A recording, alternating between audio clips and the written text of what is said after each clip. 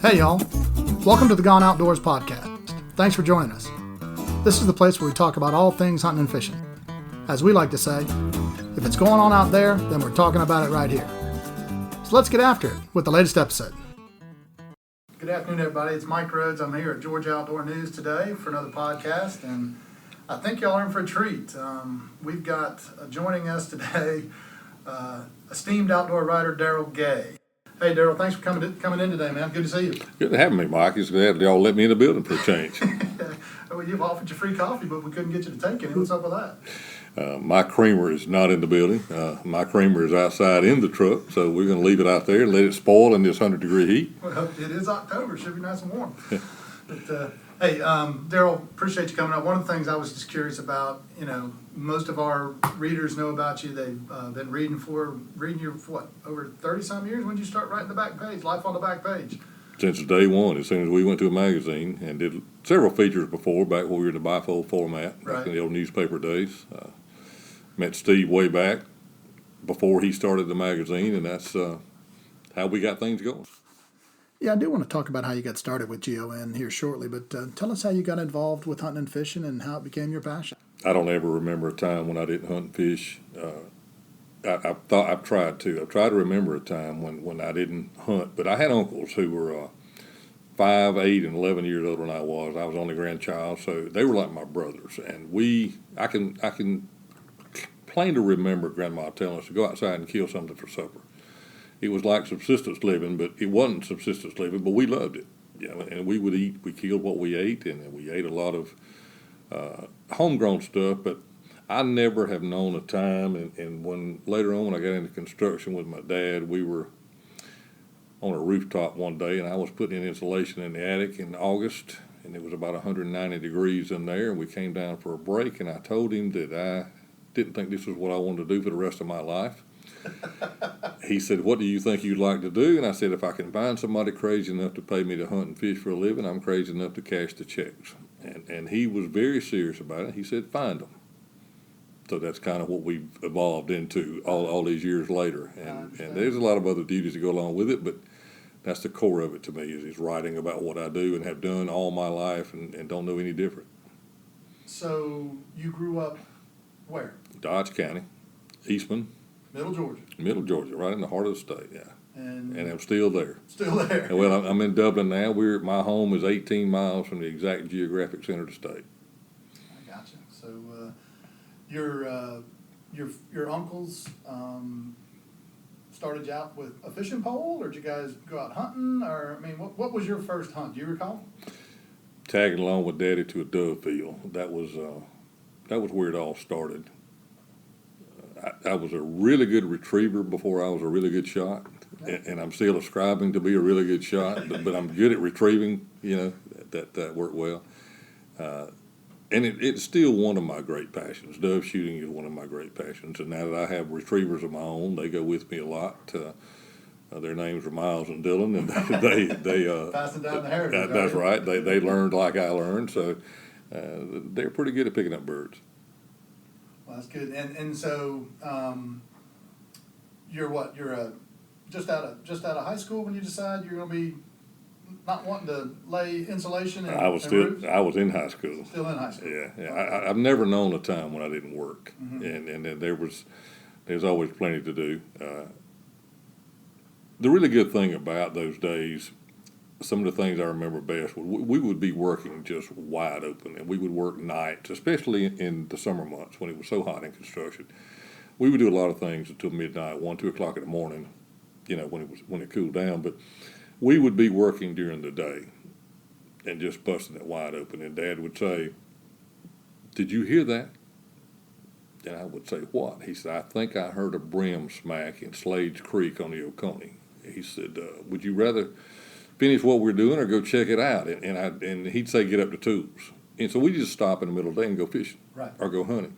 And then we'd come back at dark and we worked, half the night, all night sometimes, depending on how much he had to do. But when it's, he was like me. That's all he knew. And for those who grew up like he did, he quit school in 3rd grade, went to work plowing a mule, sharecropping for a neighbor because he had a mother and 2 younger sisters to to feed when his dad left home, and he's told me today he's eating sparrows and rice and blackbirds and robins and rice, and he passed that work ethic down, and that don't kill it if you're not going to eat it, Right. and use it. It's here for us to use, and that's what we've done, and The I've natural enjoyed every resources bit are of it. here It for you, is. right? It is. It's something God's provided for all of us, and don't take advantage of it, and don't be looking over your shoulder worrying about it. Right.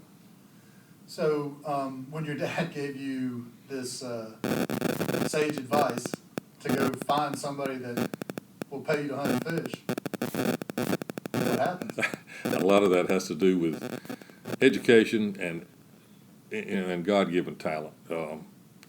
My mother was a librarian. She drove a bookmobile and worked at Dodge County Library, or Merle Memorial Library in Eastman. And I grew up in the library as a child. When I started school in first grade, I had been reading for 2 years, and I got called to the office in first grade, which is still haunting me today, but that's one of those things you never get over. And the principal had me read an article from the Macon Telegraph over the intercom at 5.5 years old. And all these years later, I still remember the one word I missed that I couldn't pronounce, and it was Khrushchev. I got Nikita, but I couldn't get Khrushchev, the Russian premier at the time. It still bothers me. But writing and reading have always been a part of my life. Right. It just seemed to come naturally. And hunting and fishing did too. And so we just married them all together, and it has been a good marriage over all these years. What was your first? When was the first time you got a check or money for having done something writing for hunting and fishing? After my first job was with a newspaper in Dublin, and I was hired as a wire editor, but later became managing editor, probably 1973. Okay. It's been a long time ago. Right. And you got that check, and it was like, wow, Yeah, they're paying me to do what I like to do. I can do this. When someone tells you to go hunting, you just don't argue. Just go hunting. Right. And so you were there. So if that was 73, you stayed there for a long time doing that, and then somehow you stumbled into Steve Birch. Well, I met there was another magazine before this one that a lady from Soperton was an editor of. I had a big fan of my newspaper writing, my outdoor writing in the newspaper, named Will Peterson. And I hope Will hears this. He's still alive and kicking and doing well in Soperton, Georgia. But he introduced my writing to a young lady from there who was an editor of another magazine, and she contacted me and wanted me to write for them. Right. So I began doing that, and Steve was working for that magazine at the time, and he wanted to get to know me, and so that's where it started. Okay. And how long? And so you were writing? It was a monthly magazine? It was. Okay. It was. And then so you guys met Steve, and then I guess you were friends, and then when Steve decided to start publishing Georgia Outdoor News. It goes back to hunting. Right. Leon Kirkland was commissioner of the Department of Natural Resources. Sure. And Leon was a friend of mine, and he was a big rabbit hunter. Great guy, just one of my favorite people ever. And he knew I was in rabbit hunting, loved rabbit hunting. In fact, my first book, Rabbit Stomping, has a lot of rabbit hunting in it. It has a lot of stories about following the dogs, and I still following dogs of a different kind, but I'm still, we've gone from rabbits to bears. But Leon invited me over to Cordele, to the fish hatchery. They were having a rabbit hunt on the fish hatchery. And I don't know if Leon set me up or what, but anyway, he introduced me to Steve. Steve wanted to talk to me, and he said, I'm starting a new magazine, keep it under your hat. I want you to write for me. And I said, who's writing for you? And he said, me and you. And, in Steve's inimitable way, that was his reply. So I said, sounds good. So that's where it all started. And did you, everybody, you're real famous with the crowd that get the magazine for back page. If I know you get calls, we get calls all the time, and people are tickled about that. Is that something that was that started immediately, or is that something? How did life on the back page with Daryl and all his crazy characters become part of the fabric of Georgia outdoor news and sportsmen in this state? When we first started, it was the hook and bullet type, and I don't necessarily ascribe to the hook and bullet stories. I like for my readers to go with me when I go and describe what's going on and just take them on the trip. And I always try to inject a little humor into it, and Steve saw that and said, we need a back page. We're going to do this back page humor thing, so I want you to try it. And so he recognized early on I was an idiot, so he just went ahead and put me back there on the back page and said, we're going to get you right before we dump the trash. We're going to put you right here. So, and it's worked out well. It's given me a lot of leeway to do some of the things I want to do. My mind works different than what most folks do, obviously. I think everybody would agree with that. Yeah, and I see humor in just about everything. Well, Steve has always had a knack for putting people in positions where they can succeed and take advantage of their talents, sometimes even hidden. That's probably his greatest attribute as a boss. He lets people work. Not only does he find great people, but he puts them in jobs where they can succeed and lets them go. And he's been good to me. He's been good to, I think, everybody here. If you look around this place, people don't leave. They've been here a long time. Well, we leave at the end of the day. Yeah, that's right. Generally return. But so, do you remember your first on the back page? That was full on what people know now, the humor of Daryl Gay. I don't, and I have people. We go to our outdoor blast. Right. I'll have 50 people walk up to me and ask me, "Do you remember that thing you wrote?" I said, "Man, I've been doing this 30 years." Sometimes I do, and it happened at our outdoor blast in July this year, Mm-hmm. and fortunately I remembered this one. I did remember that, but the first one I don't. I have no idea. Okay, so I haven't done so many. I understand why, but which ones? There's got to be a few that stand out to you that you're like you hear the most from folks and you remember them. So share one of those with us. I mentioned my uncle Glenn. I didn't mention his by name, but he's my youngest uncle, Glenn Hooks. He's in Byron, and I modeled a creature that I kind of came up with after Glenn. His name is Jake The Hermit, and A lot of people know about Jake The Hermit. yeah, people seem to love Jake The Hermit. Brad Gill, every time I send him a column with Jake The Hermit tagline in it, he loves that. So he can't wait to get into it. Jake is. It's amazing how much of this stuff is true or happened nearly the way I write it. I have one of the good things about the back page is you have a lot of leeway. You can go a lot of different. You can go a lot different than newspaper reporting. Right. It's not all fact. Glenn was prone to. Let me rephrase that. Jake the Hermit was prone in his younger days to scouring the neighborhood, shall we say, for female type company. I understand. And but when I created Jake, he is. He's old, he's gnarly, he's bearded, he's dirty, he's nasty. He takes a bath every September whether he needs to or not when he falls in the creek. And his chasing of women are some of the ones that I like the most because a couple of them actually happened.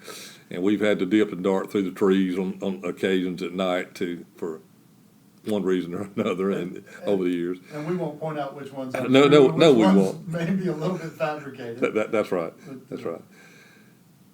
So obviously, you mentioned your book, Rabbit Stomping. Was that your first? That's my first. And tell folks a little bit about what's in there. It's really the story of what we're talking about. It's the story of my life from an early age on. It starts with Glenn. Mm-hmm. The first paragraph in the book is about Glenn and me shooting at a blue jay in a pine tree. And I'm surrounded by uncles, my dad, my granddad. It's like this, and people are going to probably faint when they hear this, but my granddad had 8 brothers and sisters, and my grandmother had 9. When he married her, one of his brothers married one of her sisters, one of his sisters married one of her brothers. So you can imagine what a close-knit family this was. I couldn't even follow that. Right. We'll slow it down. Somebody will figure it out. That's right. And so when but we all hunted together. We fished together. We tramped together. We camped. We did everything together. And on this particular occasion, Glenn and I were quail hunting, which is something we did back before pesticides, DDT came along and killed off so much of the population. But anyway, it starts there. It goes into everything you can hunt in Georgia, pretty much. I've graduated from squirrels and rabbits and quail to alligators and deer and bear. Hunted from Okefenokee to Ontario, but rabbit stomping is focused in Georgia. Okay. If you can hunt it and chase it and laugh about it, in Georgia, that's what I've done. I had a dear friend, Doyle Dowdy, the best friend that I'll ever have. I've written about him in the magazine. He's the finest man I've ever known. Sure. But he told me one time, he said, as you get older, you will fish less. I mean, you will fish more and hunt less. But it's been the exact opposite for me. I can never get enough of the hunting that I was raised with my uncles with. And I wish Glenn's the only one I got left. And I wish there were more of us around. We could do it again. But now the knuckleheads have come along. So rabbit stomping details a lot of what goes on in Georgia from the perspective of a redneck who has been there and done that, lived it. One of the things I tell people about Georgia Outdoor News all the time is it's about us. That's what it's about. It's about us. We're all in this together, and it's just about us. Yeah, I like how you say that, because one of the things that, I hear Daryl and Brad and myself and a lot of people around here is people will, if you're a GON person, you're a GON person. They're going to get mad at you once in a while. Daryl wrote a nice editorial. I thought it was a good editorial about, bickering and those kind of things. But when it comes down to it, GON has always been about, I like to say, the everyman. And we can't do what we do without those folks. I mean, we don't, our editors and writers, and you don't proclaim to be the know-it-all of going to do something. We go with somebody else and we tell the story. And I think that's the other part where folks may not be familiar with a lot of your work is, because you're real famous for the back page, but you do a lot of other things for us too as far as the writing goes. You'll go jump on a boat with Judy Helmy or David Newland to go fishing or go shoot ducks, and you write about it that way. And I think when we can relay that part of it and people enjoy it, we are just like them, right? He had a couple of points there. The editorial you're talking about that Daryl wrote, I fully agree with. I would give it a lot different treatment on the back page. Mm-hmm. Daryl was very political about it. One of the things I learned early in newspaper, we don't make the news. We just report it. Right. And we give both sides the stories. If I was writing that on the back page about somebody getting upset about killing 50 rattlesnakes, I'd tell them what an overall knucklehead I thought they were to begin with. I mean, when you have Steve Scruggs, our snake master, saying, I don't know of anybody, including me, who would not kill a snake if you found it around your family or your home, that pretty much authenticates, I believe, the feeling that we have. I'm not a snake person. Steve and I disagree a lot about handling things. But anyway. But we can all get along. That's right. We all get along. Two, you mentioned the other things that I've done for Georgia Outdoors. I think Steve Birch has always tried to get me it. That's the way I look at it. And I've written that on the back page. I do alligators, I do bears, I do sharks, coyotes, snakes. If he can get me bit or he can get me it, he's not going to send Brad. He's going to send Daryl because he needs them. He's going to, Kirby. He's going to send me. Not going to send you to go chase a fluffy little rabbit. No. We don't want anything to do with that. No, you get hazard pay for that? No, I do not. Thankfully, I am insured, but I don't know if they would cover, alligator bites. And the two closest, it's funny, the two closest I've come were with the same guy. Another one of my favorite guys on the planet, Jack Douglas, down in Richmond Hill. Oh, yeah, everybody knows Jack. Yeah, Trapper Jack. One alligator, one hog. And we're talking millimeters. The hog especially. But it was. So tell me a little bit about the hog. Well, we were on a Sawgrass Island off Richmond Hill, and you go by boat. You with this particular hunt, you have a dog up front who wins the hog.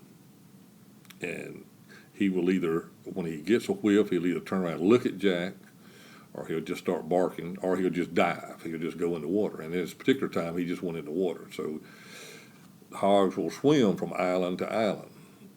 Okay. And you have to get ahead of them to get the right island. And so we had been doing that for probably 30 minutes. And once you do get out, sawgrass is going to cut you all to pieces. You just have to break your way through the sawgrass because it's a solid wall of vegetation, like the Okefenokee. Mm-hmm. But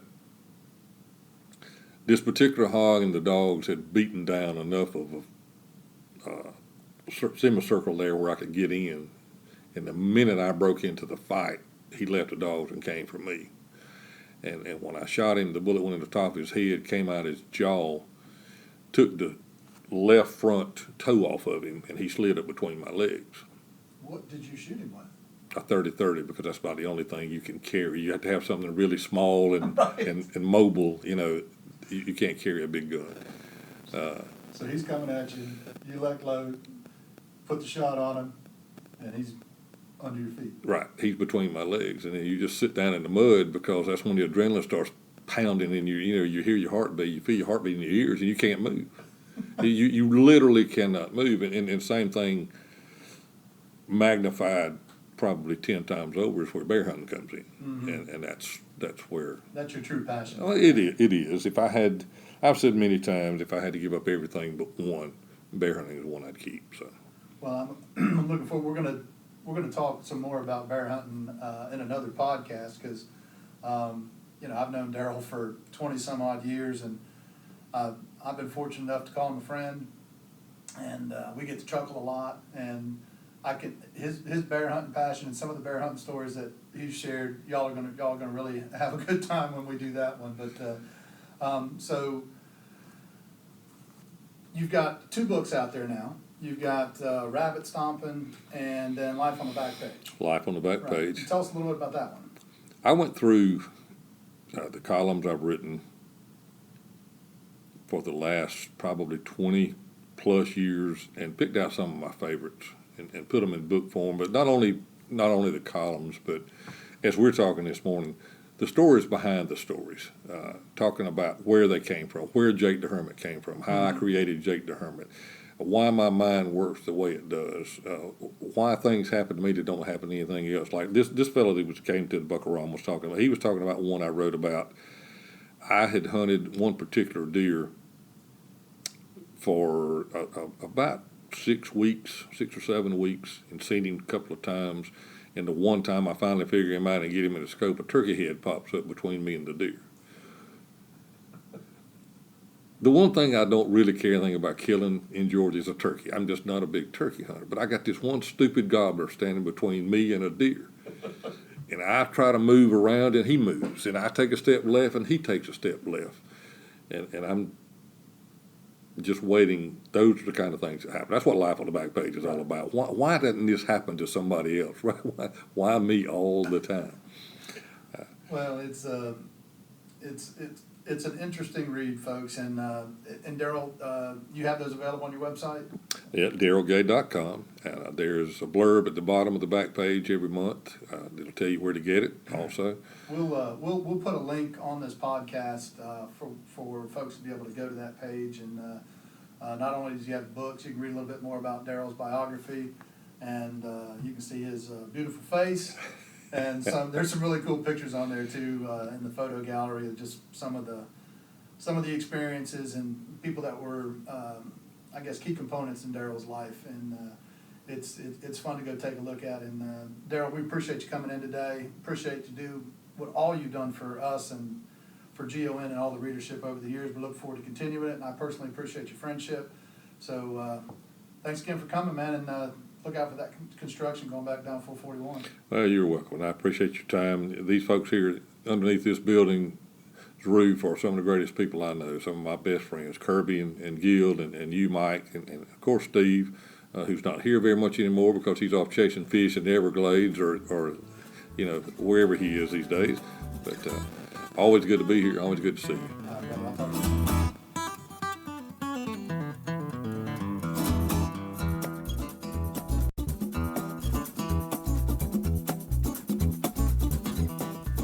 Hey y'all, Got a question for the GON crew? Whether it's about hunting, fishing, or just life, we want to hear from you. Call 678-729-7366 and leave us a message. Your question may be on a future podcast, but we'll do our best to give you the answer. As always, we appreciate you reading GON Magazine and listening to the GON Outdoors podcast. Find all the podcasts and a ton more about the outdoors on GON.com. Until next time, y'all stay well.